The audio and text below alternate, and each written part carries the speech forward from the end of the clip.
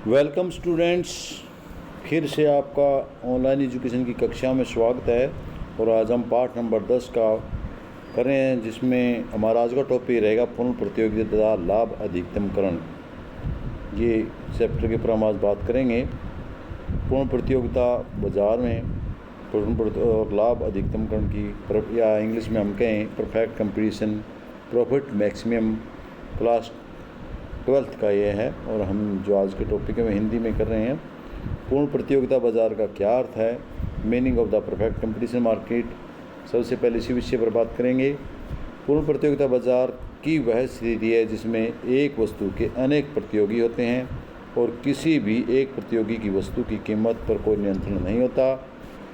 वस्तु की कीमत क्या होगी, यह बाजार में वस्तु की मांग और पूर्ति पर निर्भर करता है।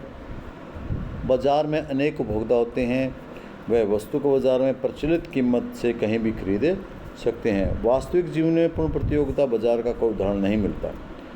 अर्थशास्त्री पूर्ण प्रतियोगिता की स्थिति को बाजार की एक आदर्श स्थिति के रूप में लेते हैं, भले ही वास्तविक जीवन में इसका कोई ठोस उदाहरण न हो। बाजार की अन्य स्थितियों को भी पूर्ण प्रतियोगी की स्थिति के परिप्रेक्ष्य में आता जाता है। इसलिए पूर्ण प्रतियोगिता की स्थिति का बाजार की एक महत्वपूर्ण स्थिति के रूप में अध्ययन किया जाता है। पूर्ण प्रतियोगिता बाजार की शर्तें व विशेषताएं या मान्यताएं क्या हैं, हम उन पर बात करेंगे। Condition, features and exceptions of the perfect competition market. पूर्ण प्रतियोगिता बाजार की मुख्य निम्नलिखित शर्तें या विशेषताएं हैं। नंबर 1, फर्मों और विक्रेताओं की अधिक संख्या।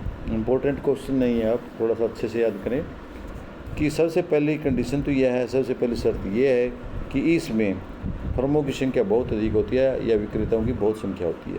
किसी वस्तु को बेचने वाले विक्रेताओं की संख्या इतनी अधिक होती है कि किसी एक फर्म द्वारा पूर्ति में की जाने वाली वृद्धि या कमी का बाजार पर कुल पूर्ति पर कम प्रभाव पड़ता है। इसलिए कोई अकेली फर्म वस्तु की कीमत को प्रभावित नहीं कर सकती। पूर्ण प्रतियोगिता बाजार में फर्म की कीमत स्वीकारक होती है और उसे बाजार की प्रचलित कीमत को स्वीकार करके उस कीमत पर अपना उत्पादन बेचना पड़ता है। ये निर्धारण नहीं कर सकती कीमत को। कीमत प्राइस टेकर होती है, मेकर नहीं होती। नंबर 2, क्रेताओं की अधिक संख्या। पूर्ण प्रतियोगिता बाजार में क्रेताओं की संख्या भी बहुत ज़्यादा होती है। इसलिए कोई एक क्रेता विक्रेता की तरह वस्तु की कीमत को प्रभावित करने में योग्य नहीं होता।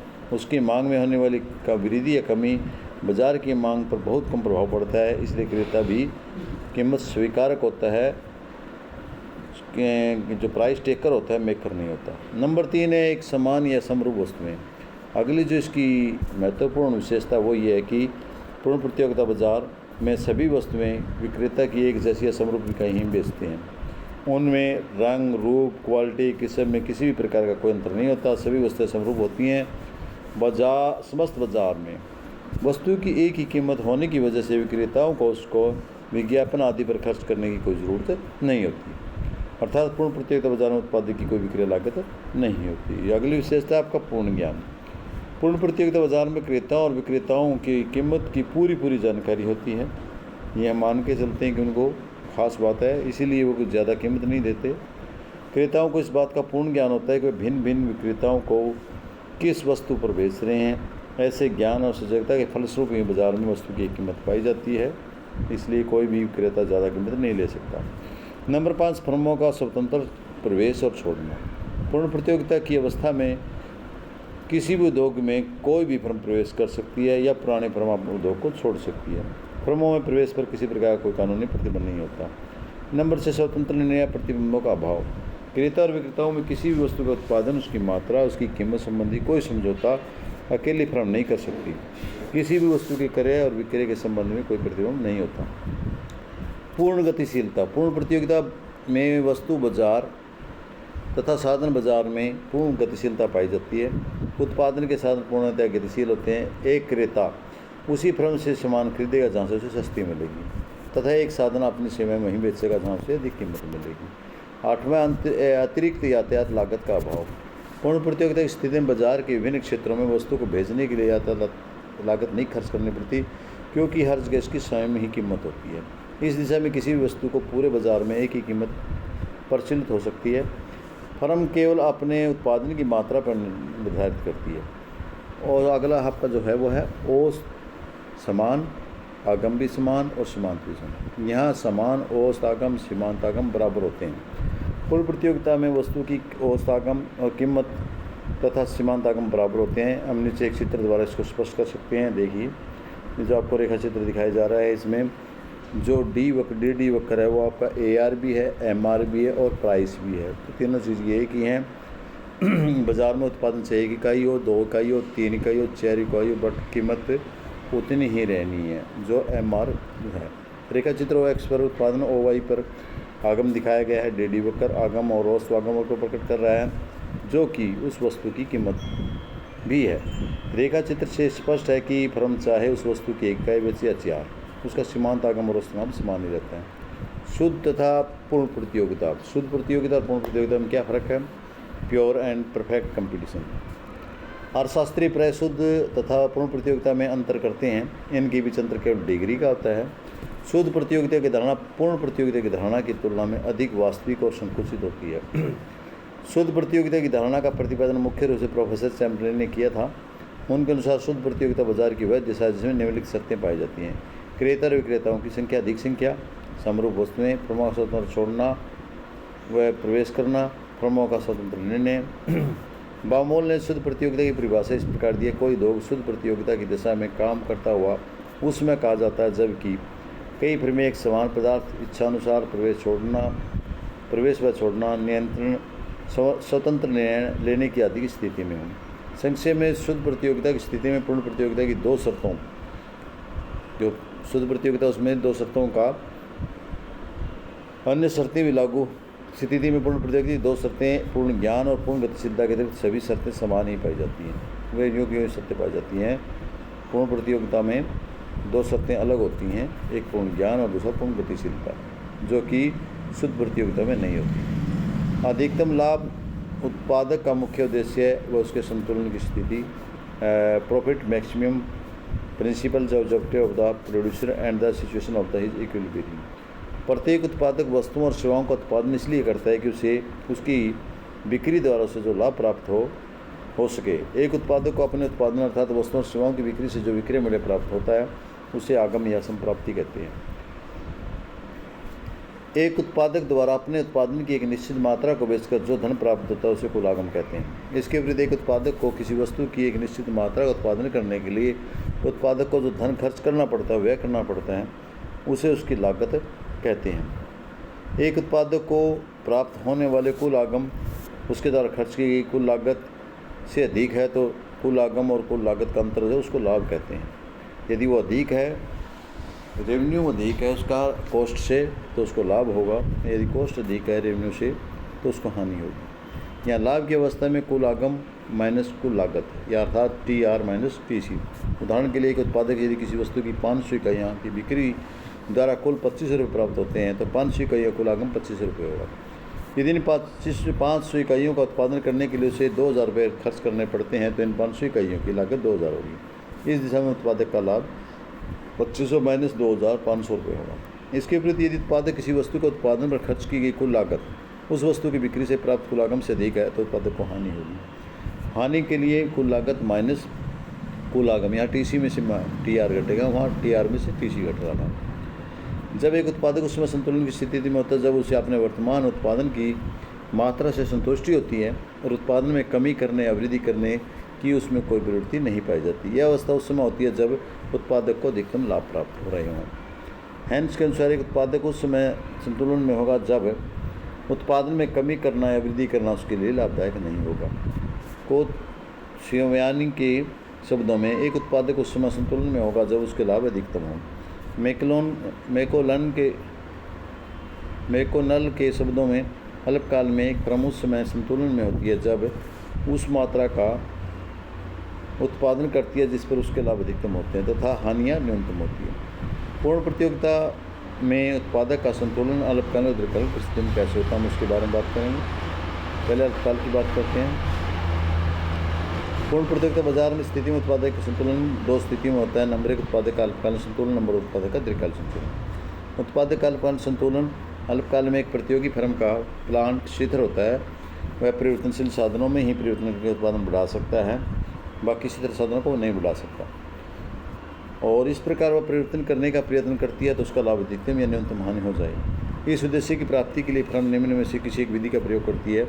कुल आगम तथा कुल लागत विधि, या कह सकते हैं आप total revenue and total cost approach. इस अप्रोच में अल्पकाल में एक फर्म उत्पादन की उस मात्रा पर उत्पादन करेगी जिससे उसे अधिकतम लाभ हो या न्यूनतम हानि हो। इन दोनों स्थितियों का वर्णन निम्नलिखित ढंग से किया जा सकता है। अधिकतम लाभ मैक्सिमम प्रॉफिट। एक फर्म संतुलन की स्थिति में उस समय होती है जब उसे अधिकतम लाभ प्राप्त हो रहे हैं और एक फर्म के कुल लाभ का अनुमान कुल आगम से कुल लागत को घटा करके लगाया जाता है।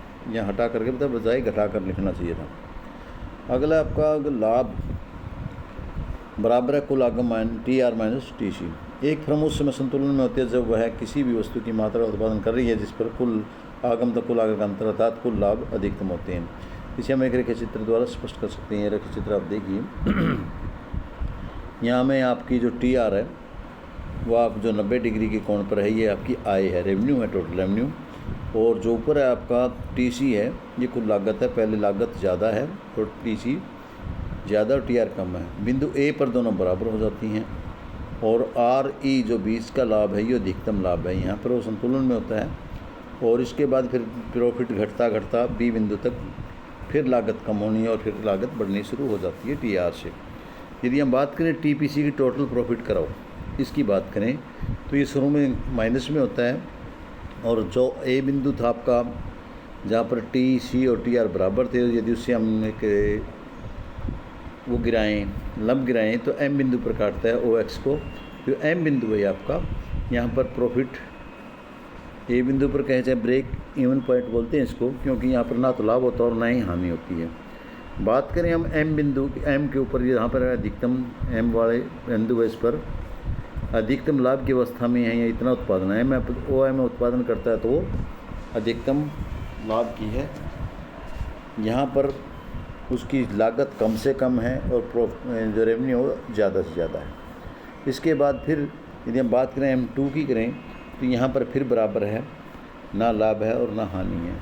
और यदि इससे आगे ज़्यादा उत्पादन करेंगे तो उसकी कॉस्ट ज़्यादा आएगी और उससे रेवेन्यू कम होगी, जिससे हानि में जाएगा तो टोटल नुकसान में जाएगा। तो कोई भी फर्म यहाँ उत्पादन नहीं करेगी।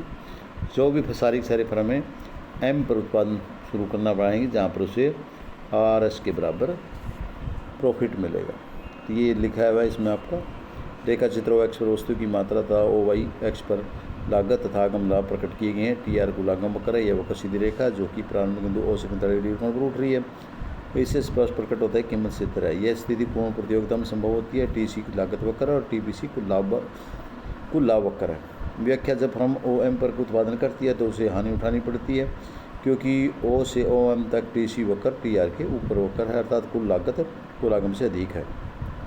जब फर्म OM1 की मात्रा उत्पादन करती है तो फर्म की हानि शून्य हो जाएगी और उससे कुल लाभ भी शून्य हो जाएंगे, क्योंकि इस स्थिति में कुल लागत और कुल आय बराबर है। इसलिए अर्थशास्त्र की भाषा में से बिंदु A को, जहाँ फर्म के कुल लाभ और हानि शून्य है, सम छेद बिंदु भी, ब्रेक इवन पॉइंट भी कहा जाता है, क्योंकि इस बिंदु पर लाभ हानि दोनों शून्य होते हैं। नंबर 3, M2 पर M1 से M2 के तक का उत्पादन के सभी फर्मों 17 फर्मों को लाभ प्राप्त हो रहे हैं, क्योंकि इस स्थिति में कुल आगम कुल लागत से अधिक है। और B बिंदु के पश्चात TC वक्र TR के ऊपर है। और इससे रेखा चित्र से पता चलता है कि जब फर्म OM उत्पादन कर रही है तो TR तथा TC का अंतर RS अधिकतम होता है। इसलिए टोटल प्रॉफिट कराओ से ज्ञात होता है कि उत्पादन की OM मात्रा पर फर्म की अधिकतम लाभ मिल रहे हैं, क्योंकि उत्पादन की मात्रा के बाद TPC वक्र नीचे की ओर मिलने लगता है। OM मात्रा पर कुल लाभ अधिकतम है, अतः इस मात्रा का उत्पादन करने के लिए फर्म हमेशा संतुलन की अवस्था में रहेगी, यहाँ पर उत्पादन करना चाहेगी। न्यूनतम हानि मैक्सिमम लॉस। इस स्थिति में हम रेखा चित्र को इस प्रकार प्रकट कर सकते हैं, जो आपके सामने रेखा चित्र देखिए।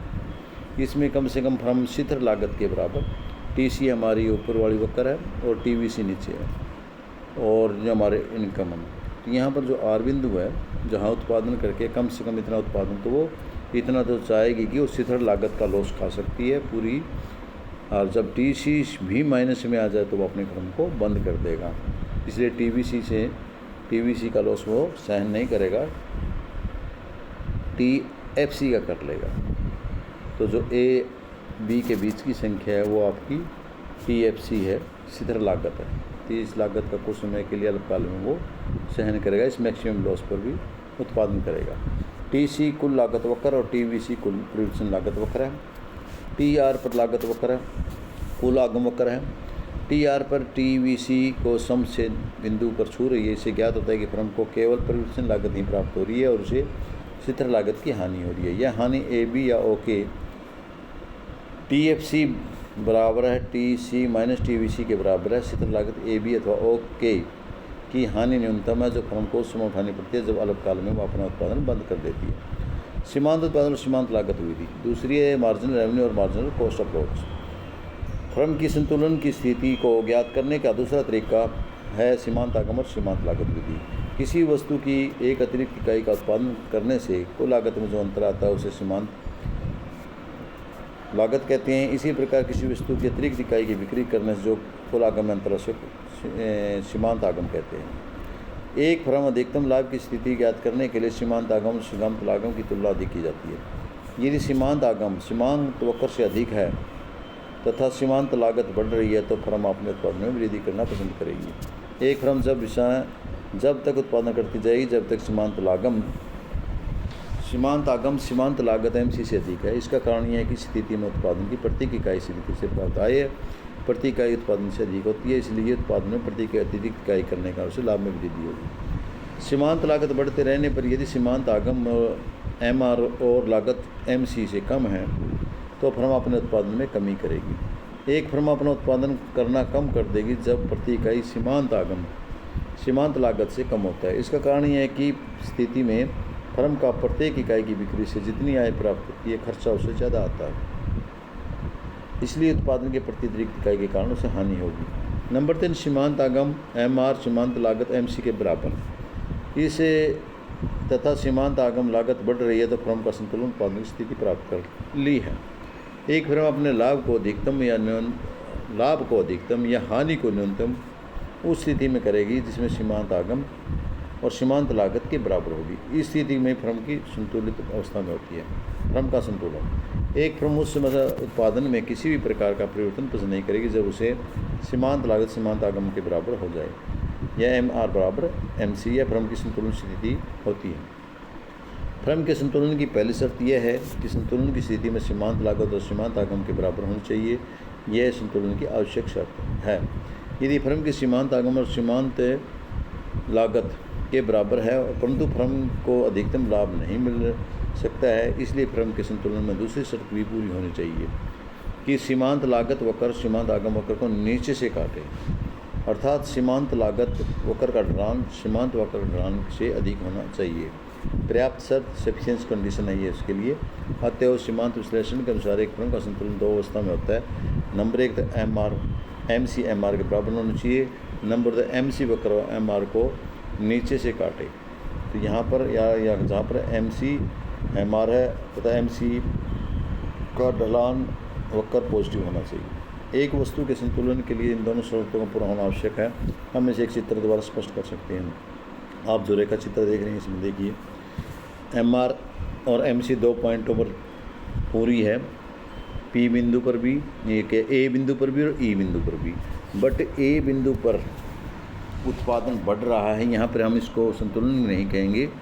E बिंदु पर ये दोनों बराबर भी हैं, MC MR बराबर भी हैं और जो MC है वो MR को नीचे से ऊपर की ओर जाती हुई काट रही है, यहाँ दोनों कंडीशन को पूरी करती है, इसलिए इस E बिंदु पर इक्विलिब्रियम है। रेखा चित्र P रेखा चित्र आगम कीमत MR तथा सीमांत आगम प्रकट कर रही है। रेखा चित्र से स्पष्ट है कि सीमांत लागत वक्र MC सीमांत लागत आगम वक्र MR को दो बिंदुओं पर A और E पर काट रही है, अर्थात इन दोनों बिंदुओं पर MR = MC।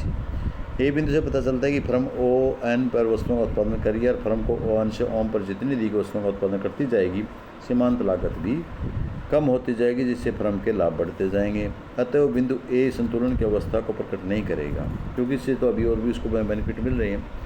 इसके विपरीत E बिंदु से पता चलता है कि OM का उत्पादन कर रही है। यदि फर्म OM से अधिक उत्पादन करे तो फर्म की सीमांत लागत सीमांत आगम से अधिक हो जाएगी और फर्म को हानि उठानी पड़ेगी। इसलिए ई बिंदु पर दोनों शर्तें पूरी हो रही हैं। सीमांत आगम तथा सीमांत लागत यहाँ यमन ने यहाँ आगम आना चाहिए था, यहाँ लागत लिखना चाहिए था।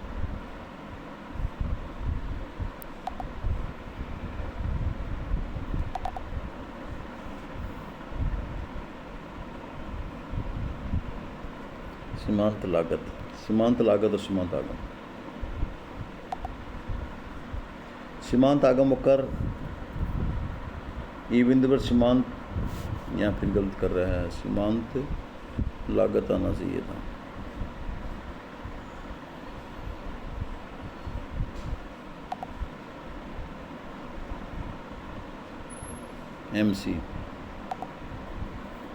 एम सी बिंदु ई पर सीमांत आगम वक्र को नीचे से काट रही है, आते बिंदु ई पर क्रम को संतुलन प्रकट कर रहा है। यहाँ पर थोड़ा सा ध्यान देने वाली छोटी सी गलती तो वो मैंने ठीक कर दी है।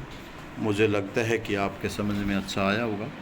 ये अच्छा लगा तो अपने बिंदु को करें, और नोट्स प्राप्त करने के लिए आप ऑनलाइन इकोनॉमिक्स ऑनलाइन क्लास या www ऑनलाइन इकोनॉमिक्स क्लास पर जाएं।